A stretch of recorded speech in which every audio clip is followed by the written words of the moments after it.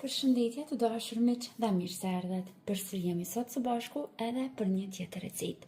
Sot do të gatuajmë një ëmbëlsirë të lehtë, pa pjekje, por me shumë shije. E di që zakonisht këto janë recetat e juaja të preferuara, andaj mundujem të sjell receta të tilla të ndryshme.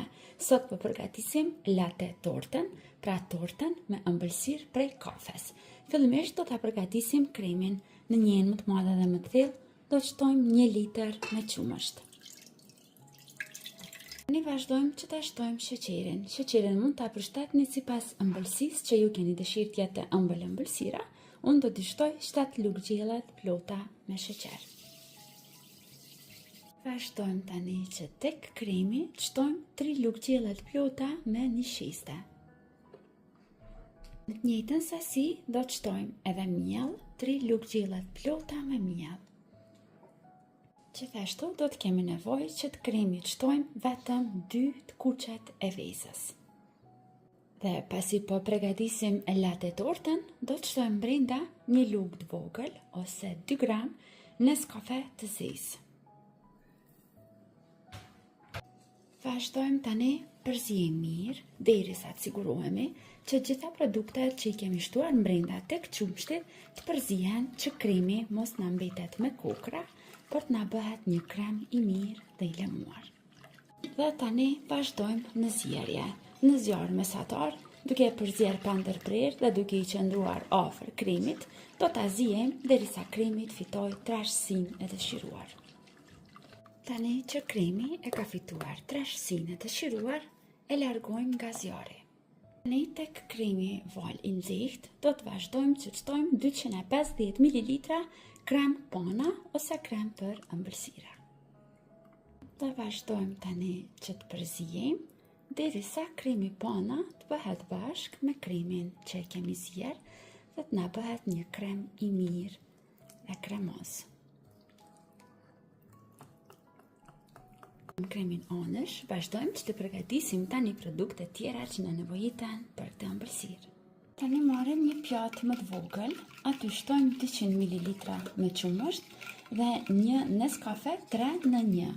Pra unë po përdor nga këto paketimet 3-1 dhe qumshti është akull i ftoftë, nuk do ta bëjmë në qumësht të nxehtë. Përzijmë mirë tani që kafja të tritet tek qumshti.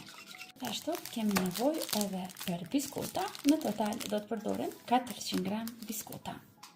Tani secilën biskot do ta kalojmë tek qumshti i ftoftë, vetëm për 1 sekondë, jo më shumë. Marrim një tepsi në formë katrore dhe vazhdojmë i rendisim këtu biskotat.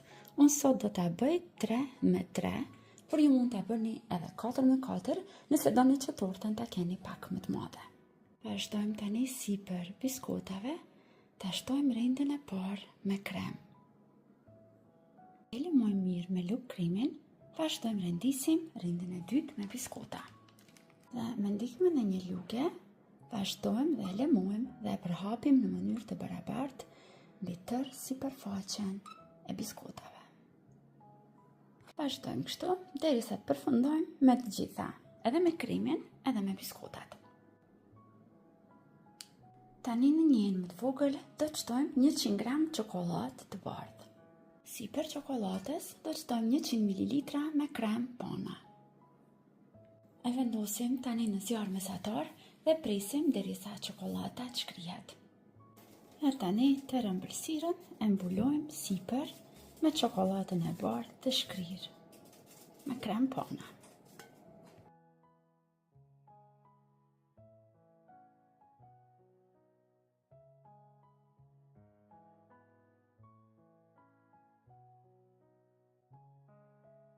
Tani, gjithçka që duhet bëjmë është që të presim që ëmbëlsirat ftohet në frigorifer për 3 deri në 4 orë të shtrëngohet mirë, pastaj do të vazhdojmë që ta ndajmë në pjesë më të vogla dhe ta dekorojmë edhe pak.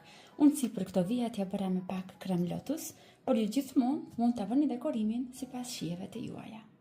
Tani që ëmbëlsira është ftofur, e kemi prerë në copa katrore dhe këtu në pjatë kam shtuar pak biskota të cilat i kam coptuar. Jo në copza shumë të vogla, pak më të mëdha, dhe do të vazhdojmë me kujdes të rendisim kështu në pjesët anësore për të dekoruar ëmbëlsiren dhe t'i bëjmë që të na duken si kollaçe. Pra me të vërtet një ide shumë e lehtë, e thjeshtë, por që do t'i bëjë të duken shumë të bukura.